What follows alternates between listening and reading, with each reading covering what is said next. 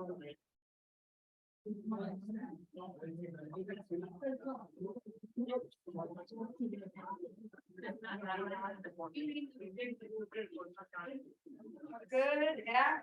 Flint Rotary. Welcome to the Rotary Club of Flint, and of course it is Friday, May the 19th. I'm reminded now that the number of meetings over which I'll preside, I can now count on one hand. I'll wait for time to tell you how. Right. So today, May 19th, is Malcolm X Day. It is Plant Something Day, Endangered Species Day, and O. Henry Pun Off Day. So before Memorial Day, today is Pun Off Day. So of course that means we have to have some puns. All right, so 3 puns for your listening enjoyment, or maybe not. A man sued an airline company over his missing luggage. Sadly, he lost his case. How much money does a pirate pay for corn? A buccaneer. And lastly, what's the difference between a poorly dressed man on a unicycle and a well-dressed man on a bicycle? A tire. Yes.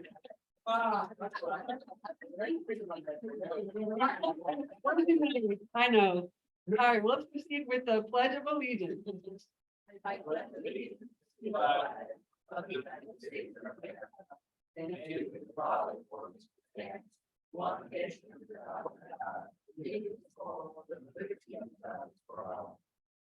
As Rotarians, we try to live by the 4-way test of the things we think, say, or do. Is it true? Is it fair? All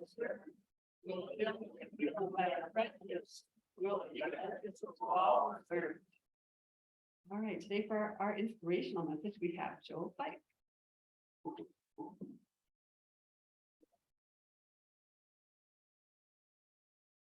Please be seated, everybody, and enjoy your lunch. I may be here a minute.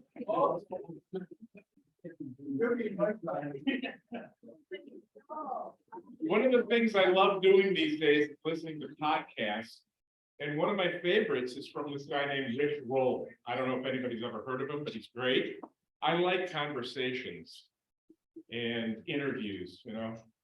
I like the old talk shows from way back when, Mike Douglas and Merv Griffin and Johnny Carson and all those guys. This Rich Roll is pretty good. Anyway, he had a guy on his podcast the other day that I listened to that was very inspirational, and his name is Mike Fremont. And I wanted to share with you a little bit about this dude, Mike Fremont.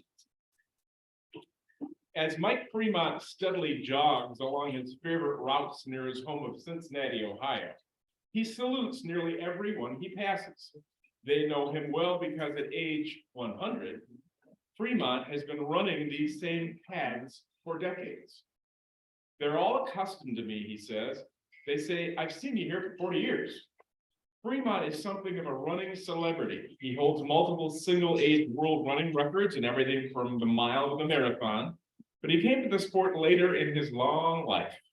Fremont only started running in his late 30s after the sudden death of his first wife from a brain hemorrhage, but left him widowed with 3 kids, including a 2-week-old. I was very stressed when my wife left, and I needed to do something every day to take the stress off, he says. So usually I take one of my little kids and she'd hold my little finger and we go running. And I enjoyed that so much, and I thought it was good for me. It was much better than the 2 martinis that I used to have. And running, along with long-distance canoeing, quickly became a vital part of Fremont's days. Though he was lacing up regularly and logging extensive miles, Fremont didn't start competitively racing until after 1992, when he was diagnosed with colorectal cancer. And he was told by doctors he had just 3 months to live. He said it was a terrible, terrible thing to tell me. He says Fremont lived beyond those 3 months, and 2.5 years later, the physicians removed the cancerous tumor. They were shocked to find there was no spread of the disease, says Fremont. The surgeon said that he had looked for metastasis in 35 places and found none, 0. Now, inspired by being given a new lease on life, Fremont started signing up for races, anything from 10Ks to marathons. I found that I wasn't too bad at running. I didn't weigh too much and I was small, and that helped. But he really says he really benefited from this macrobiotic diet, which is the vegan diet. He swears by this vegan. I was vegan for about 2 months, but my wife said I will divorce you. It's not easy with other people, but the principles are good. Then he began to win some races later, and the pressure was on. His wife of 29 years, Marilyn Wall, 69, proudly says that's when he started to make records for his age. Fremont now holds an astounding 5 titles: world record for the fastest marathon time at age 80, and then again at age 90. Fastest half marathon at age 90 and 91, and the US record for a fastest mile at the age of 96. He says, I took 53 seconds off my 1 mile race record, and so he was very happy about that. These days, Fremont says he has no plans to take on another world record. He thinks he's sensible enough not to try to run a marathon at age 100. Before adding with a smile, why should I have anything to prove, right? Instead, Fremont is simply enjoying his days with Wall and his family, including 5 grandkids, 4 great-grandkids, and a great-great-grandchild. On his 100th birthday, on February 23rd, they celebrated with a vegan cake and a run along the beach in Vero Beach, Florida. He says, I'm having the best time of my life. And for anyone daunted by running or training for a marathon, Fremont says to simply get moving. Give it a try. Come with me. I will walk with you. I will run with you, whatever you want to do. So I think this Mike Fremont is to be celebrated. I think sometimes as we get older, people don't celebrate people who are older. I think we should. I'm really into longevity, which was another reason I was interested in this. Anything I can do to try to have more years on this life. But that is the story today of Mike Fremont.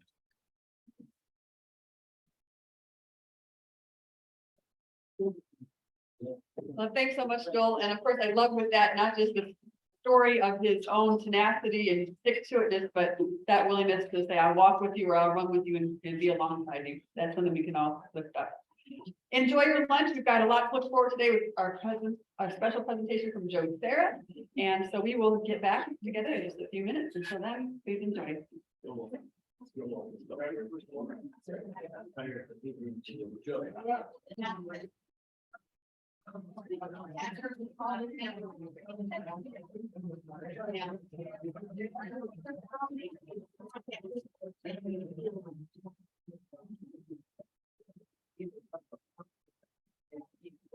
Welcome back, everybody. Please definitely continue your meal, but we have a few things to go through announcement wise in addition to our guest speaker today. So I want to be sure to leave our speaker ample time.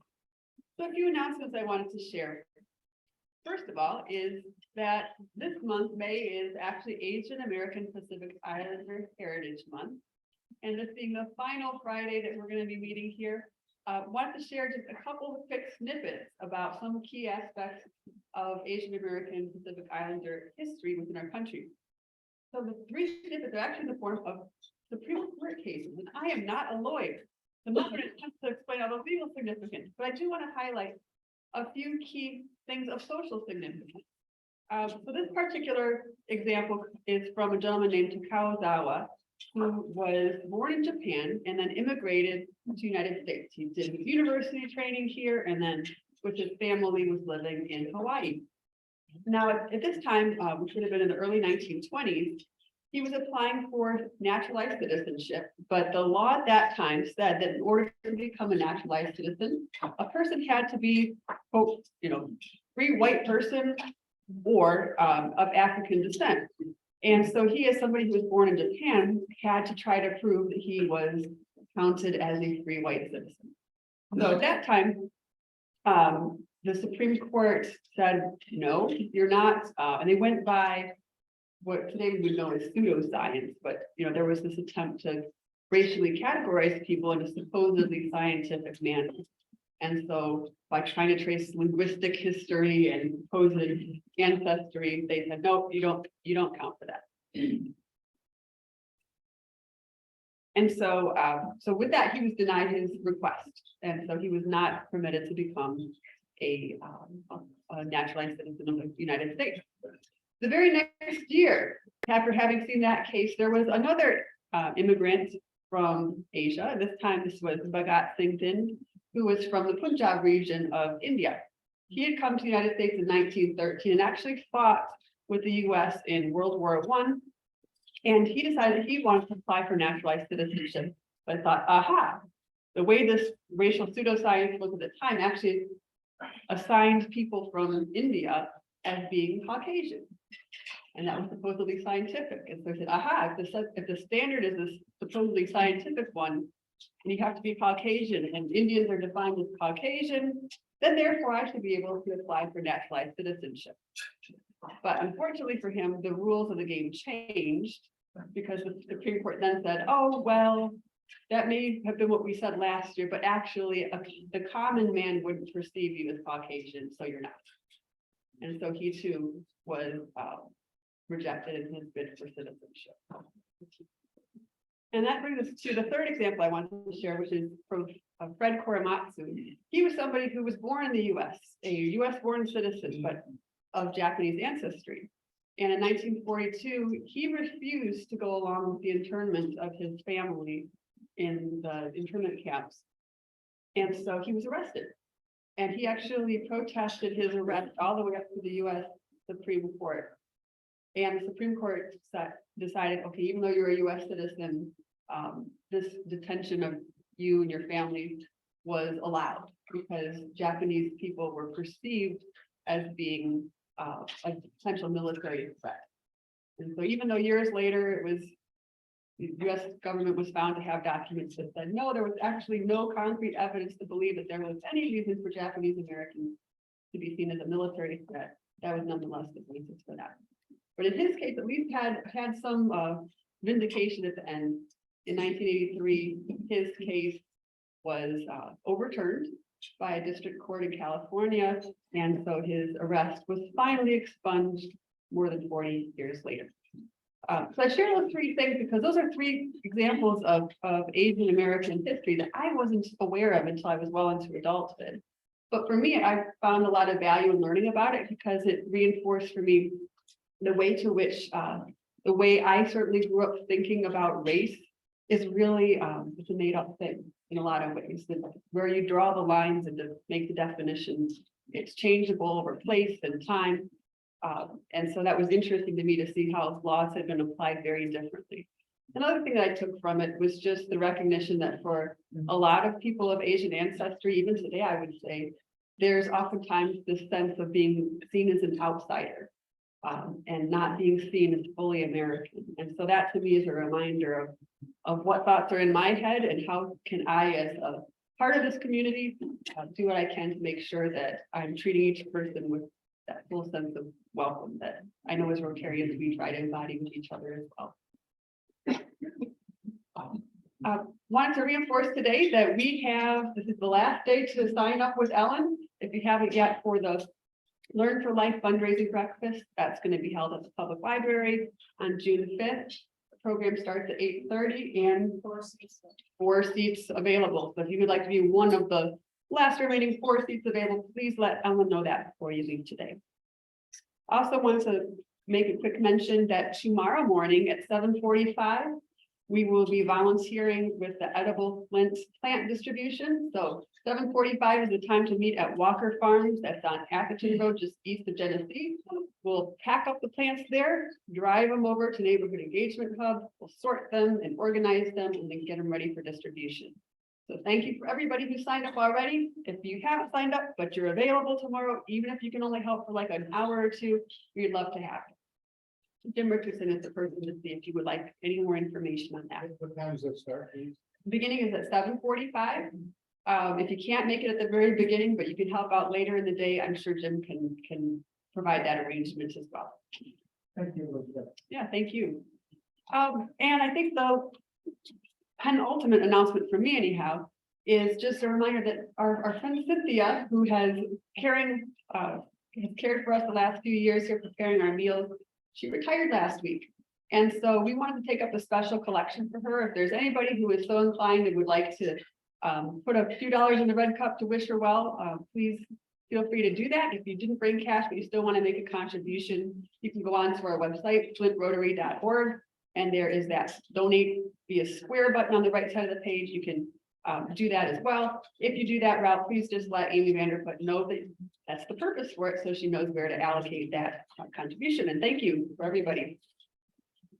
All right, and the last announcement from me, I believe, is that the registration is now open for the district conference. So June 23rd to 25th, that's going to be right here in Flint at the Gateway Center. And to recap, there's a few different ways to participate. Of course, we all hope that you'll participate to the fullest extent that you're able to and wish to. The full cost of the conference, so Friday, Saturday, Sunday, is $200. If you're interested primarily in that Saturday day of programs, that's a reduced fee of $150. And just for our club members, we will be having our club meeting as the kickoff for the conference that Friday. If you are interested in attending just our meeting portion of it and not attending the rest of the conference, that's also okay. The cost for that is going to be $25, and you can prepay for that. Amy is collecting money for that, so if you want to prepay, she can put your name down on the list and we'll take care of you that way. And George has materials that he's going to leave on the tables as well. They're already on the table. Look at that. With some more details about the conference schedule. Okay, so we are going to spend a few moments first looking at the bylaws, and then we're going to take a look at the recommended budget. Anne Marie couldn't be here today because she is happily watching her son graduate from college. So she's got a very good reason for not being here, but she sends her best. And as a recap, there's 3 types of changes that are in proposed bylaws revisions that you all have received by email now. So that is updating the committee structure to reflect what we started doing this year. Removing language specifying our club meetings as being every Friday at noon, to give us the flexibility to implement that new proposed meeting structure. And thirdly, allowing for a monthly payment option so that your full bill isn't due in July. Before we ask for a motion and a second, is there any questions, any remaining clarifying questions that you have in order to understand what this proposal for the bylaw changes is? There's no questions of clarification, then the floor is open if there is a motion. I'll make a motion to accept. Thank you, Joy, for making the motion to accept. Is there support? Okay, I see support from many hands. We'll say Jerry Hills. Okay, all in favor of adopting the bylaws changes as presented? You would raise your hand.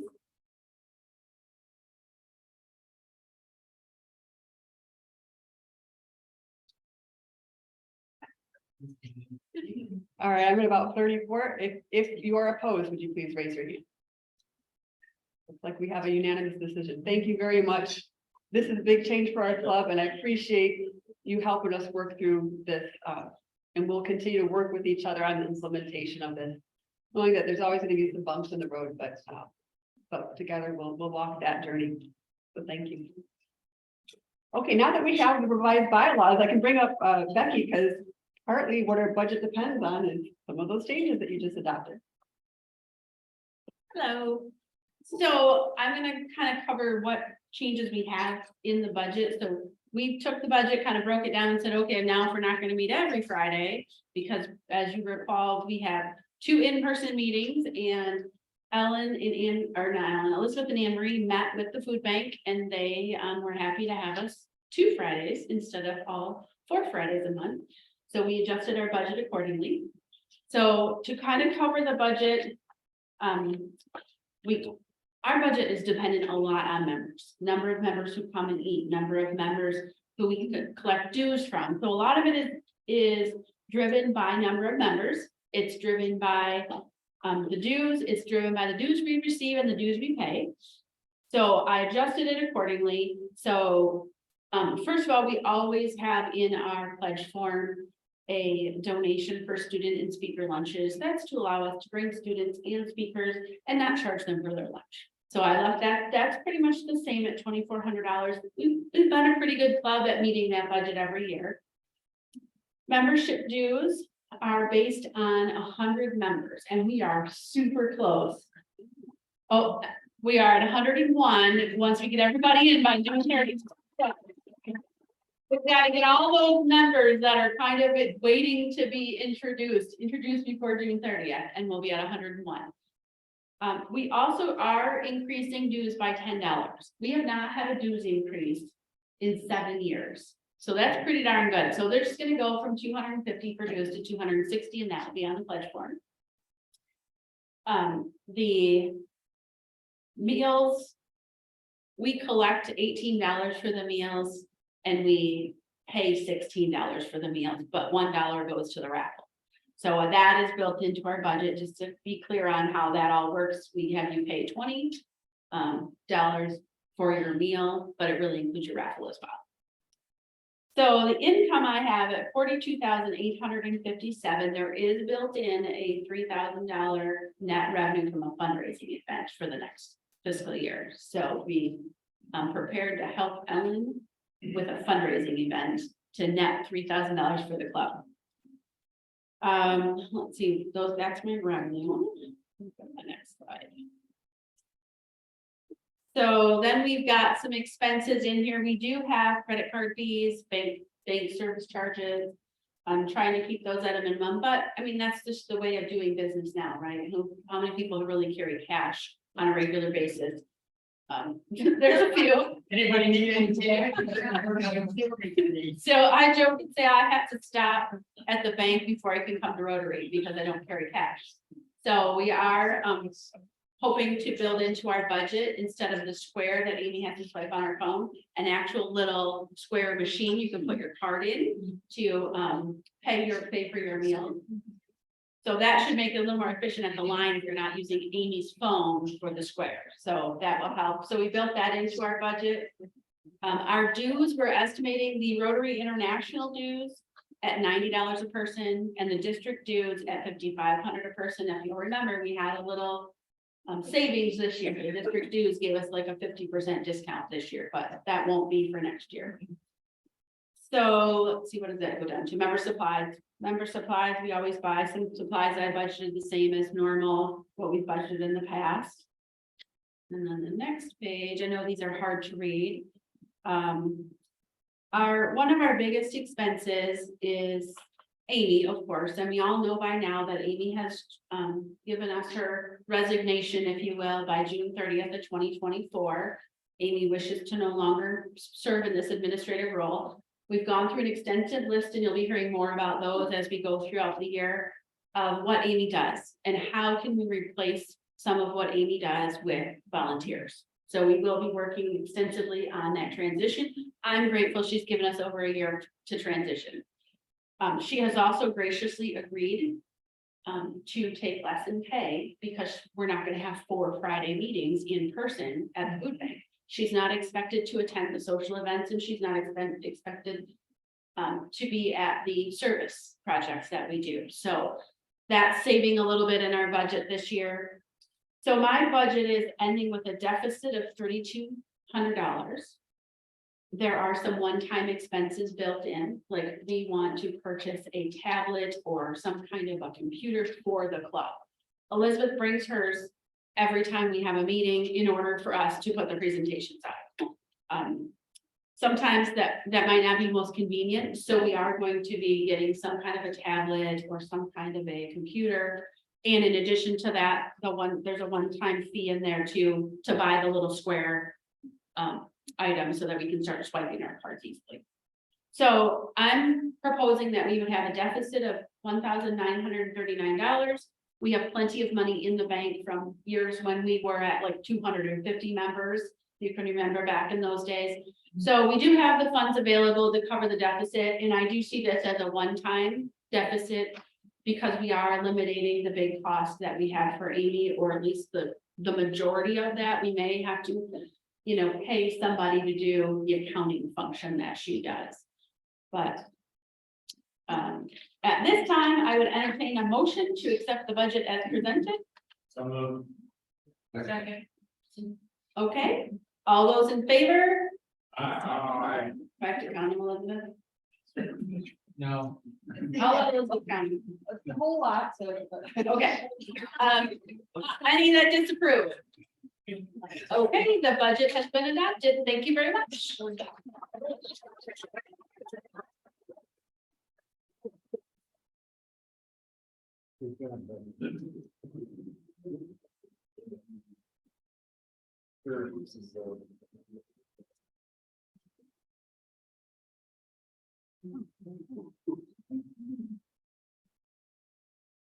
Everybody have their cell phones? Cell phone now. And while you're doing that, I just wanted to comment, any Jimmy Kimmel fans here? Not one, nobody watches Jimmy Kimmel.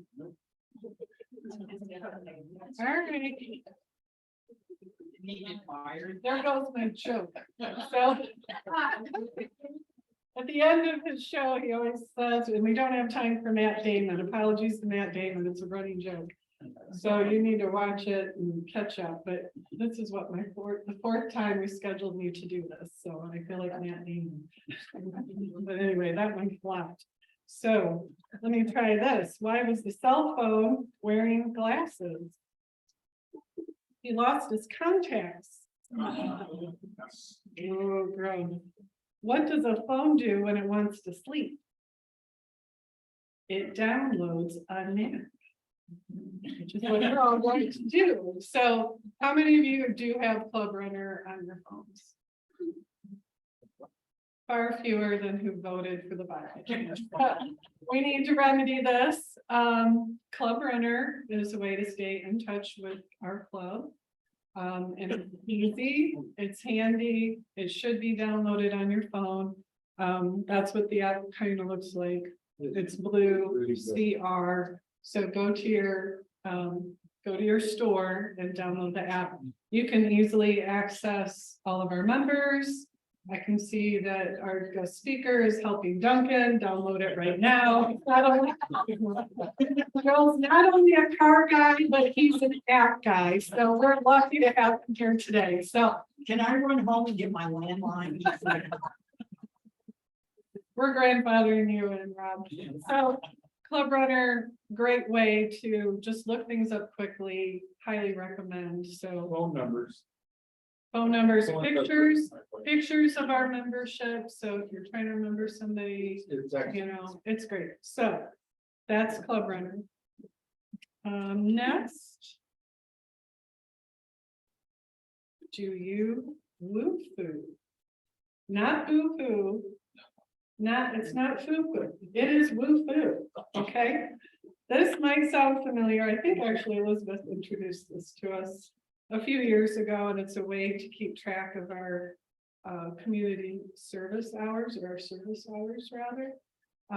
So WUFO is a company that was started, yes, by a young person who was finding a way to help people collect data, because we know data is king, and to do it on the internet. And in 2011, just a fun fact, WUFO sold for $35 million to, anybody know? Survey Monkey. We've probably all had a Survey Monkey. So that's who owns WUFO. And so we implemented it to help our club keep track and to be able to report our hours. So for example, tomorrow, when everybody is volunteering for Flint, instead of right, yeah, you can go into Club Runner on your phone and enter your community service hours through WUFO.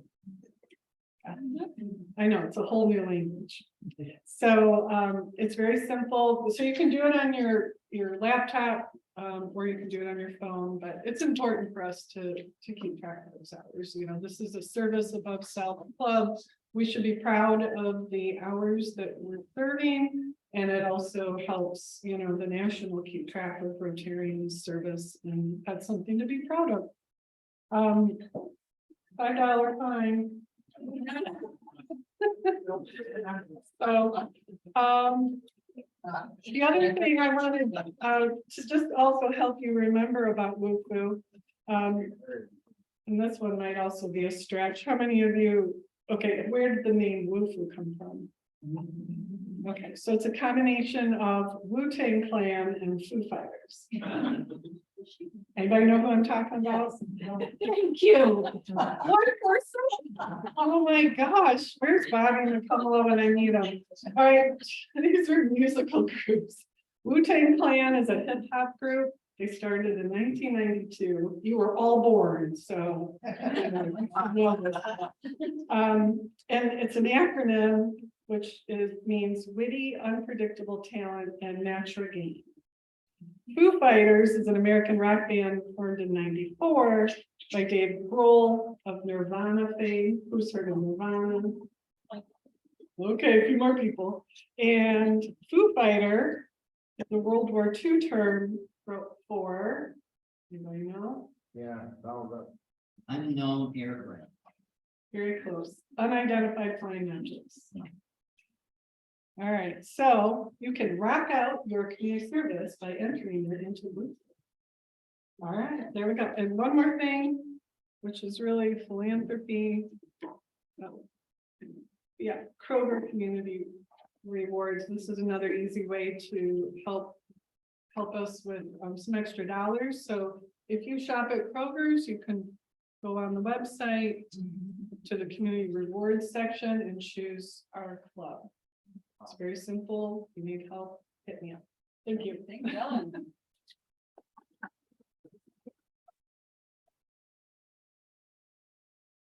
All right, so we've already gone through a lot of our agenda. Now we get to be at the fun part of welcoming our guests. I do believe we have several guests here today. So if you are a guest, if you are able to please rise, and you or your sponsoring Rotary today is welcome to introduce you. Yeah. All right, so who do we have here? So Janice Silva, I mean, then my founder is not here, Fred Weiner. Well, welcome to you. Now, she could be my guest. All right, you've been adopted. Would you like to introduce yourself? Same thing, Jago, I'm from bank, on behalf of bank, first time here in this meeting, but we were here about a month ago with the food bank, helping out. Thank you for having us. Well, welcome back. Very glad to have you. All right, and so let's go ahead with our 50-50 raffle. Fred is making his way up here with his trusty bucket.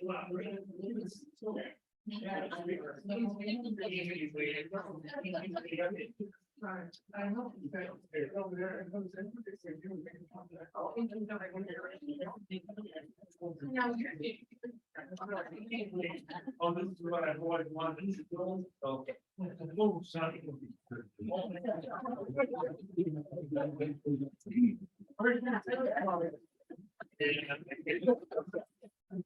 I'm looking for an honest person, President Elizabeth. You're our accountant. Yeah, I hope I'm honest. Okay, how much is one? If you were my accountant and I asked you, 1 + 1, what is the answer? 2, I pull the shades down. Now what do you say? it's still 2. Oh, I would say, what do you want it to be, Fred? Yeah, I don't work that way. Or you want me to deliver? Okay, first of all, we'll put it here, if I may. Would you carefully stir them up? You've been honest, he's honest. Oh, Judge, He said it. I remember Dick Nixon. Dick Nixon was an honest guy too. that's before my time. 7, 1, 3, 8, 5. No, 715 385. No, 7, 1, 5, 3, 8, 5. I'm just on. Yeah. Guys, I'm going to do a mulligan. Let's No, they really won. 7, 1, 5, 3, 5, 5. We have, All right. and one more. With a big prize and about 3 gallons of gasoline. The 71538. Oh, 3. 3. We are terrible at Ooh.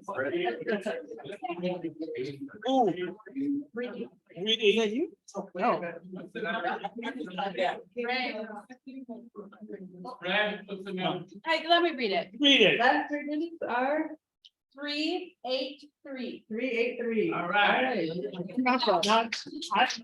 Can we get it down? I haven't seen it for a while. Thank you, everyone. All right, thank you, Don, and thank you to Becky and.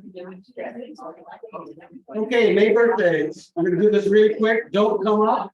Just throw your dollar in the red cup and stand at your place. So on May the 2nd, we have 2 birthdays, Michael Thorpe and Bob Sadowski. May 4th is my mother's favorite day of the year. That happens to be my birthday. The 24th, Father Jim, please stand. The 25th, Brian Sanderson, and the 30th, Doug Bacon. So really quick. Happy birthday to you. Happy birthday to you. Happy birthday, dear Rotarians. Happy birthday to you. There you go.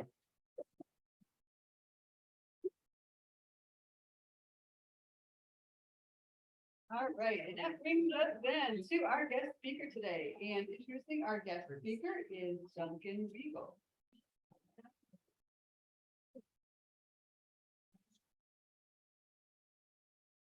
Good afternoon, Rotarians and guests. Glad to be my last one for the month, and then we'll have somebody else come up here. Really honored today to have our guest speaker. He's been here before. In fact, Joe, I think you should appear by Zoom one time during COVID. I remember that time you were sick. Anyway, Joe, as many of you know, was chairman of Sarah Automotive. And he began his career in 1982 when he teamed up with his late father, Al Sarah, to help grow the organization. Today, Sarah Automotive ranks among the top 10 privately held automotive groups in the nation. Yeah.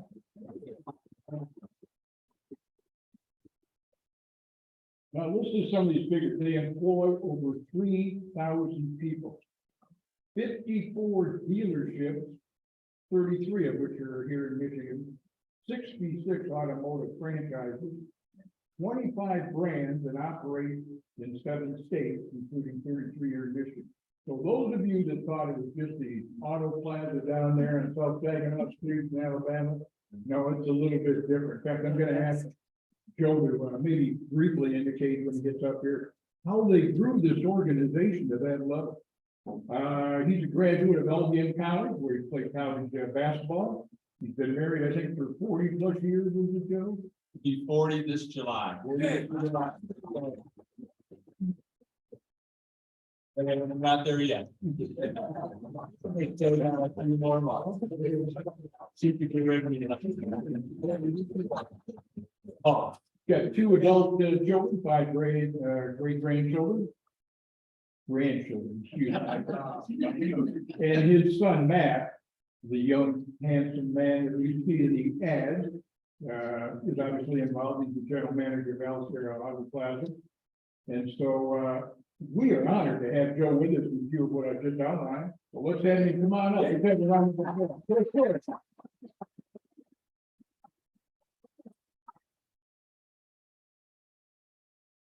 do I need a mic? Or can you guys hear me? All right, I'm not big on the mic, but They can't hear you on Zoom. oh. Hear me now?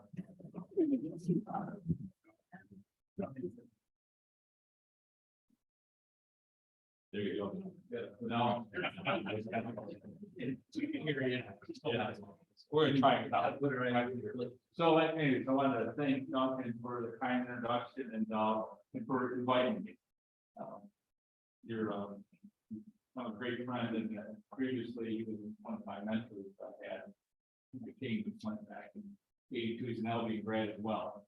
So, they all been people out there hanging together. But before we begin, I do want to take a moment, really thank this whole, all the Rotarians here for what you do for the community. The fact that you serve and you give back and you care about Denison County. I think that's what's special about our area is that I look around the room and so many wonderful people that give back. You know, they took from the community, they live in the community, they give back, and you guys are a great example of that. So I just want to commend you for doing that. The background that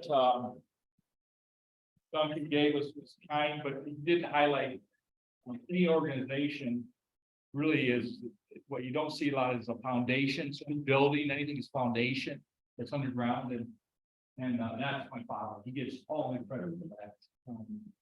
He was a great coach, great mentor. I get choked up every time I talk about him.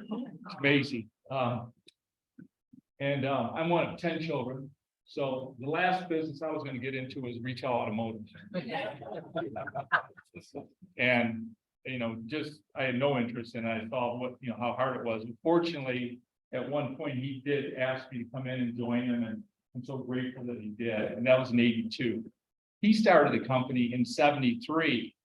And so this June, a couple of weeks, it'll be our 50th anniversary as an organization, which is not huge compared to some, but for us, we're proud of that. I'm second generation. You mentioned my son, Matt, who joined our organization. He's third. And what I hate to admit is, you know, these younger, they're just better, you know. And so you don't tell them this is being recorded.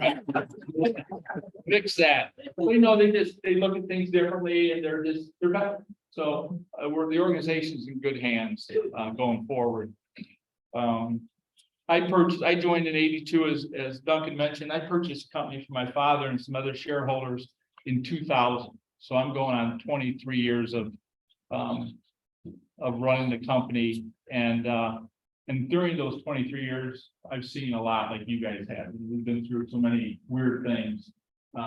Pandemic being the most recent one we'll talk about later today. You mentioned where we're at today as far as an organization, number of stores that we have. We run a very decentralized operation. And you had mentioned, I think, in your introduction, how do we get to that size? I'd answer that by saying, first of all, any business is people. Would you guys agree with that? It all starts with people. So to grow, you need capital, you need opportunity, you need people. People's number one. Capital. By the way, I'm in huge debt. Let's get it off tape. So one thing about growth, you can't be afraid of debt. With that being said, the only reason Huntington's here today, they can say whatever they want. The only reason they're here is to see, like, how we doing. Well, I know you have some health issues. Because if I go down, Huntington goes down. That is the quote of the day. But just good news is everything's keep going down. Yeah, right. Everywhere I go, I see green pen.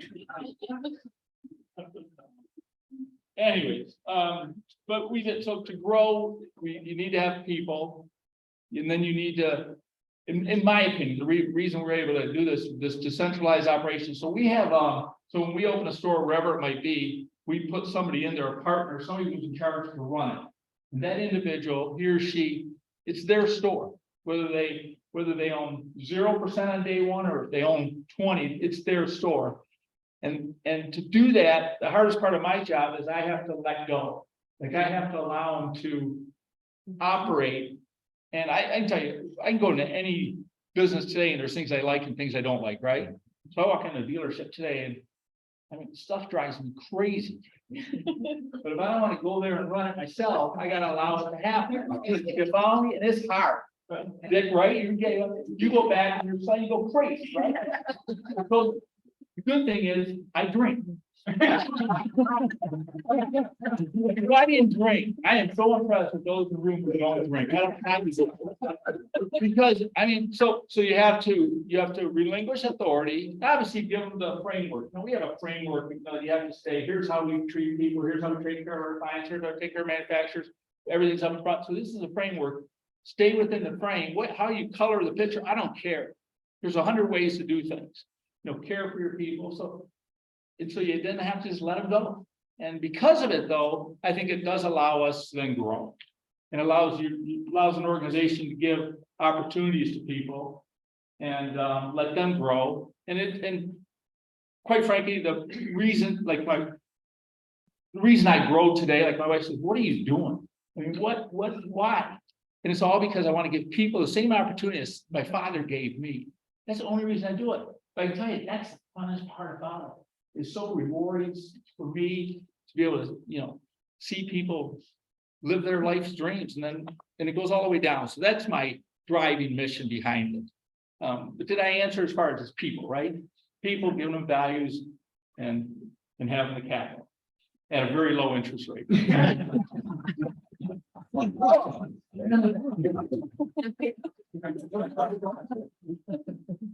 All right, so the topic today is the present state of the automotive industry, and one thing I'd love to do, I want to make sure I answer your question, like what's on your mind regarding the industry. I'd love to get Q&As much easier, but there are a few like no-brainer topics that are happening today that I guess I'll mention, and then we'll open up. Obviously, the pandemic, the last. Well, when was that? 2000? And I bring it 21 started, yeah. Yeah, it seems like 2000. Feels like I mean, in our business, like everything just went upside down. No inventory, supply, demand, and it's all you guys read about it. You kept hearing about chips, right? But it's more than chips. It just takes one item, and it could be phone was an issue. It could be whatever. And they don't produce. Now what's happening, we are starting to see inventories pick up a little bit, nowhere like you'd think. But what they're doing is they're shipping inventory minus certain products. So as an example, if you can imagine, these are my fun phone calls. I'll sell a $80,000 vehicle that doesn't have heated seats. What? But it's a widget you can sell versus not, right? If I get their idea, they need to, but that's where the frustration comes in. So today we have inventory, but it's not what we hoped for. But it's getting better. It's getting better. I think that you see that in most every industry, right? It's getting better. So we'll get through this thing. So any other questions on that? That's the one topic on the, I hate getting into this pandemic stuff, but I think we're through it. Let me just grab my water real quick. The other big thing is electric vehicles. What's everybody's thoughts on electric vehicles? Love them. Good. Awesome. Waiting for the lyrics. Yeah. Keep waiting. Keep waiting. I mean, keep waiting. I mean, it's just, so the only, and I saw some yays and I saw some nays.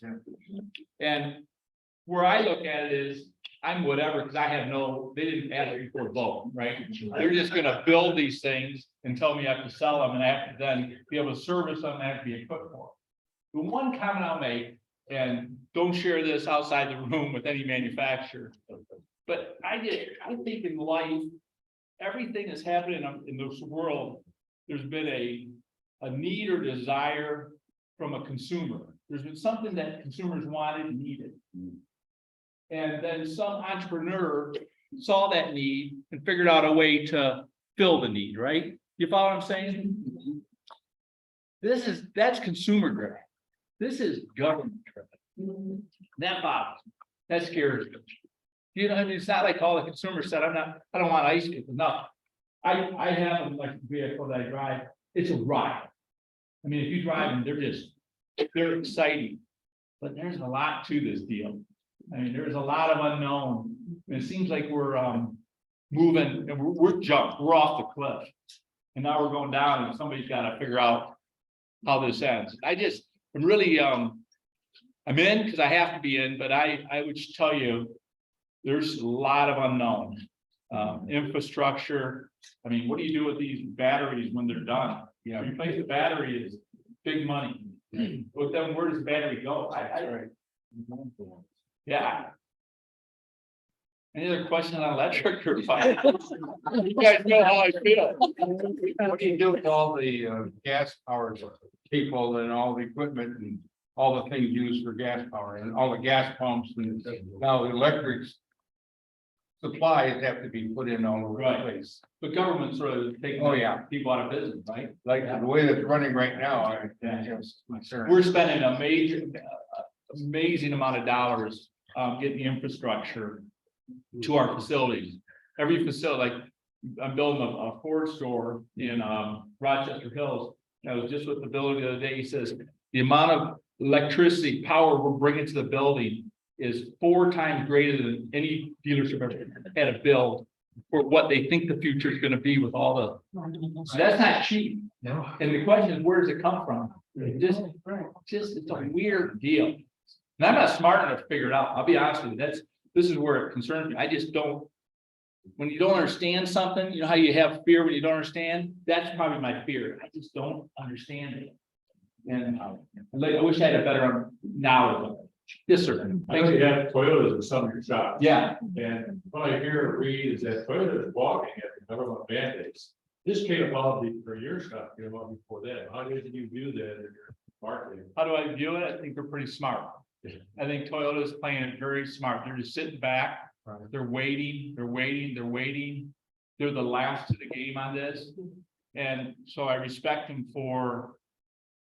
And you know, sadly, these other manufacturers that are forced to play this, it's the driving things a cafe, right? They got to hit these measurements. So they have to do some things. They're being forced. I don't even think they want to, but they're forced to.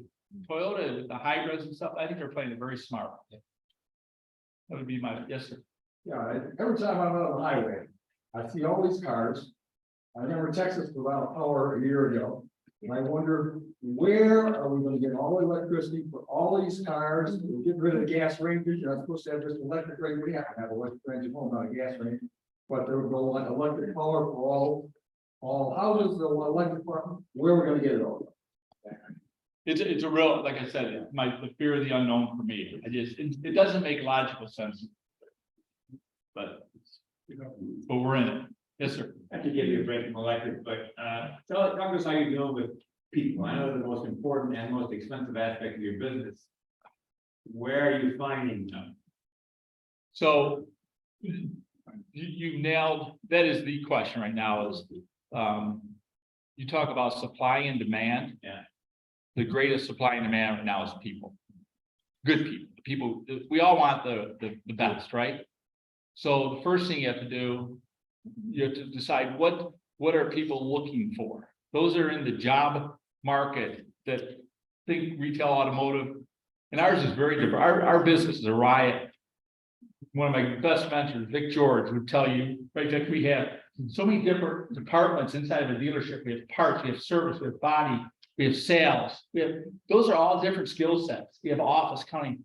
So we're looking for all ranges. And so we have to decide, what are they looking for? What are those people interested in that business looking for? And then we have to be the best at it. So the first thing they're looking for, we don't have to waste any time, is money, right? That's number one. So you have to say, if you're going to invest in anything today, where's your dollars got to go? It has to go to people.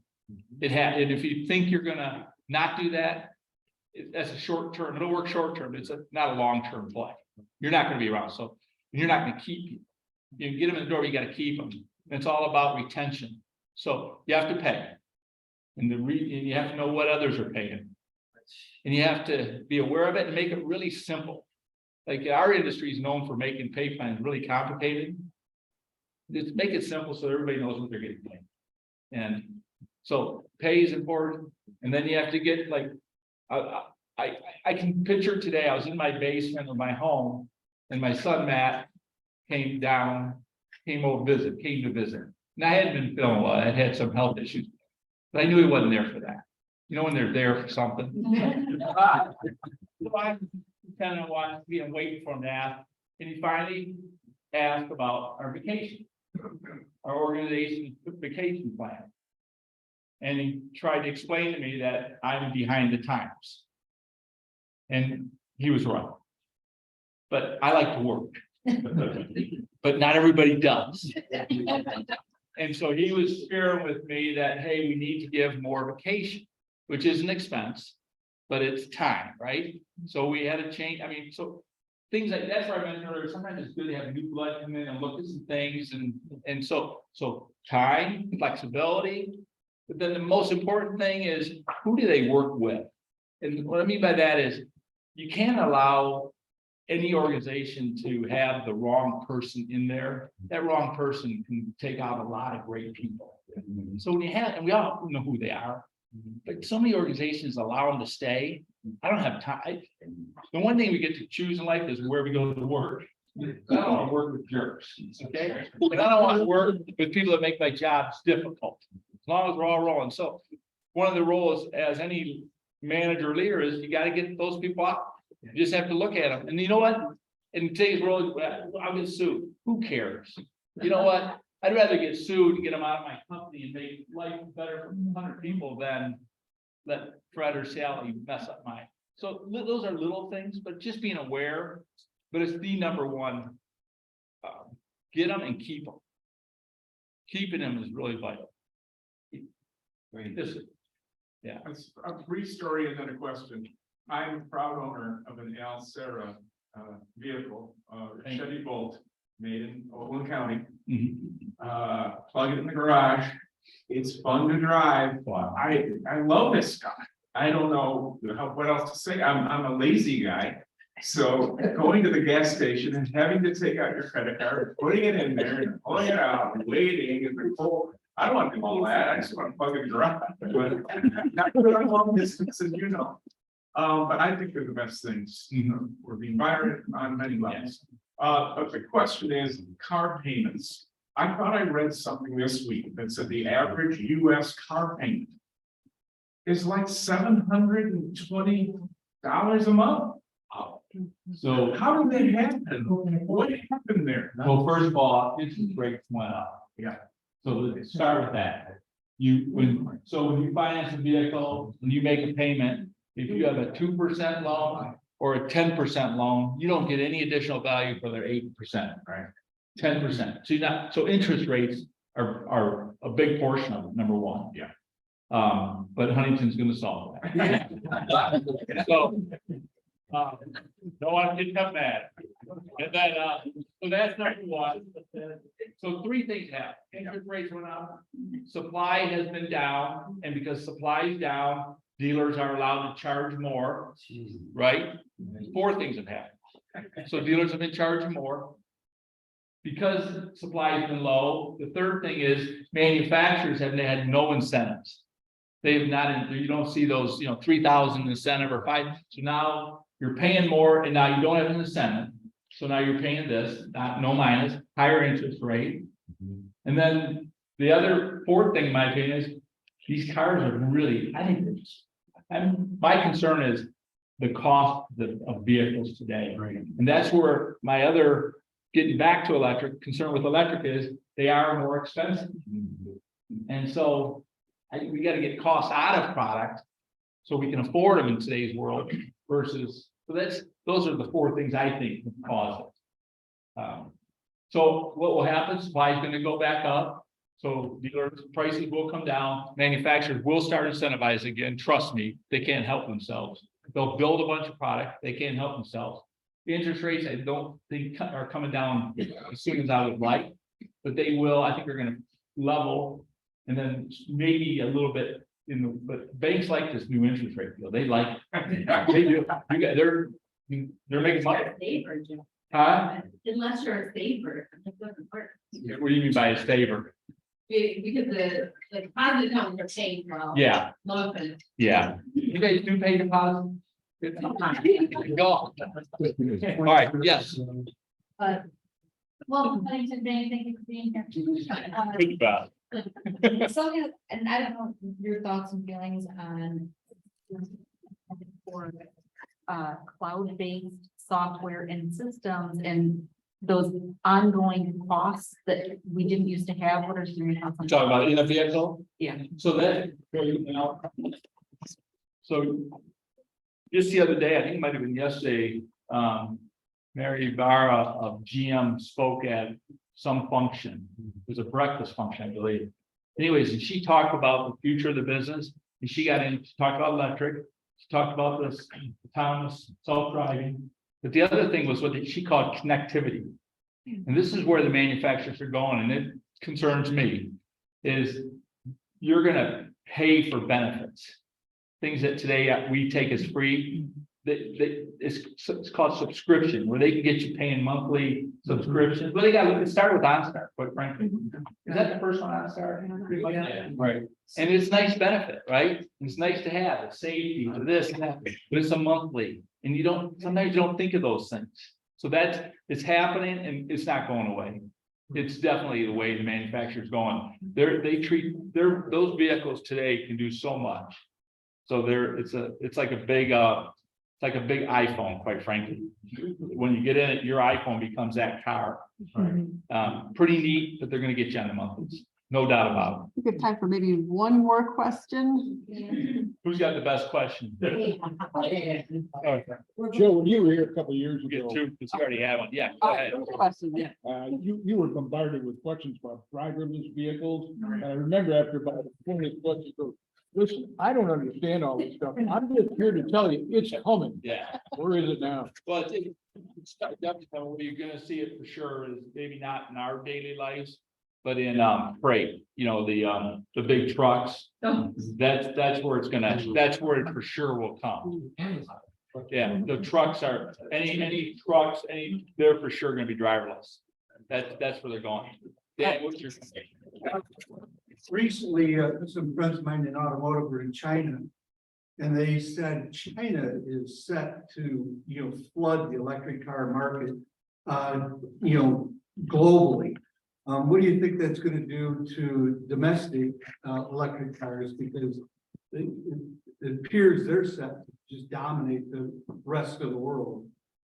Yeah, had the privilege of listening to our Secretary of Commerce with the nation speak the other day, and China came up. Question was about China, and I sensed in her comments that that's a nation we have to be really careful of. You could tell she was very cautious and about them and how they do business and how they do things. I'm not as familiar with I know they're the number one EV market out there for sure. Them coming, obviously, United States would be a huge market to get into, but I don't foresee where they'd have any huge advantage over any of the current manufacturers that are in the market. We have some great manufacturers out there. Their price point was substantially. Well, the price points that's going to be I'll end with one thing I just think we as this community in our area need to be aware of is that we have this year is the union negotiations. Our contract ends September 14th. I don't think it's gonna be an easy one based upon what I'm reading, new leadership, they gotta make their mark. And those are all, so manufacturers on our side are trying to keep costs down, but labor and it's a tough balancing act. So I don't know, we just have to win. We have to figure out how to win. Right. As Americans, we have to figure out how to win, quite frankly. So. Just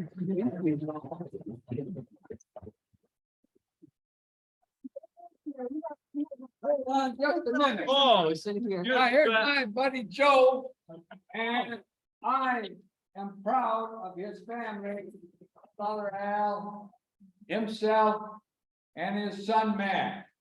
I want you to know that it's not Al or Joe that I really respect, it's Matt. And at a young age, I taught him how to tie his shoes because of this right here, basketball. So know that Joe has a life outside of automotive. I'm sure he still follows the basketball. I'm sorry, Boston lost their second round. But here we are, right down 98. Last century. Matt in my program at the All-Star program on Saginaw. South Saginaw, down in Grand Blanc. Matt's in the program. That's how I taught him to tie his shoes. While he's dribbling. You can't dribble on your shoes, you trip. Joe came and he bought a couple of balls for his son. I don't know if Joe ever played like his father did. But he bought these balls and I want you to give one of these, this ball right here. It's been around. I have thousands of these balls all over the Genesee County. And here you go, Joe. The target. Matt is a 4-star out of 5. I'm not gonna say anything about Joe. Thank you. So in addition to the commemorative basketball, we are also going to make a contribution in your name to the eradication of polio. And I want to thank everybody today who helped with today's meeting. Thank you, Bob, for the setup and takedown. Joel, your inspirational message. Thank you, Terry and Fred, always for helping out with the raffle and registration. And of course, Mike Chafee for birthdays and Dawn for the newsletter. Next week, it's Memorial Weekend, and so we will not have a meeting here. Those who are interested are invited to meet up instead at the White Horse at noon. And I know Rob is coordinating for that. And if you think you will be joining us on Friday, would you please raise your hand so we can have a rough head count? 1, 2, 3, 4, 5, 6, 7, 8, 9, 10. 10-ish. Okay. All right. Thank you very much. We are adjourned and I will see you.